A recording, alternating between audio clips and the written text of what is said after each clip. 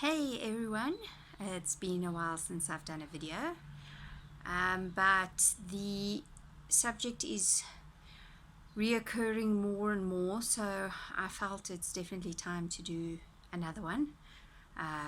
Mental health, obviously. Sadly, with COVID-19 and the lockdown, the statistics have increased astronomically for the number of people needing help, and sadly some of them not getting it.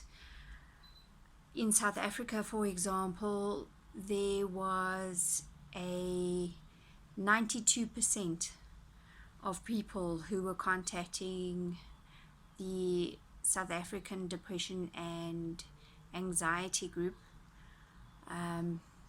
92%. That's scary. Of that needed support during the lockdown.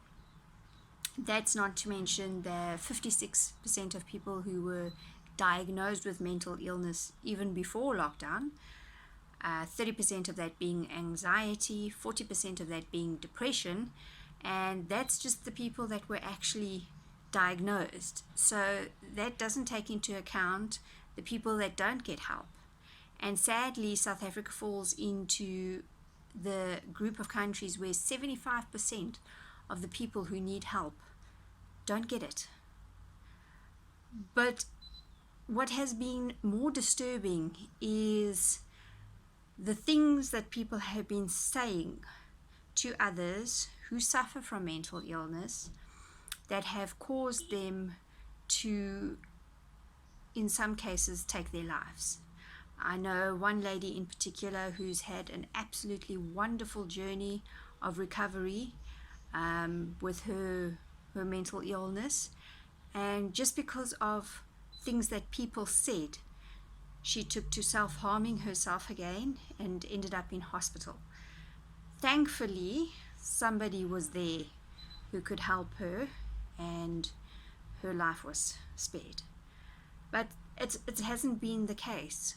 And you know, the sad reality is it's not necessarily people saying things that are meant to hurt. Sometimes they say things well intentioned, and it's those very things that actually cause the harm. If you talk to a lot of people who suffer and who are vocal about their suffering, they'll tell you, people say things like, oh, this too shall pass, you'll get over it, you know, change your diet, do some exercise, and everything will be better. And yes, it does play a role, but that's not going to solve the problem, especially if you are suffering from a clinical depression, for example. Yeah, you know, it's just kind of in your head, and if you just change the way you think, then everything's going to be better.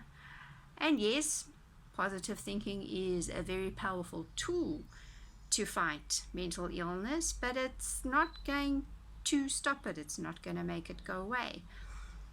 So my plea again is that you educate yourself as to mental health, mental illness.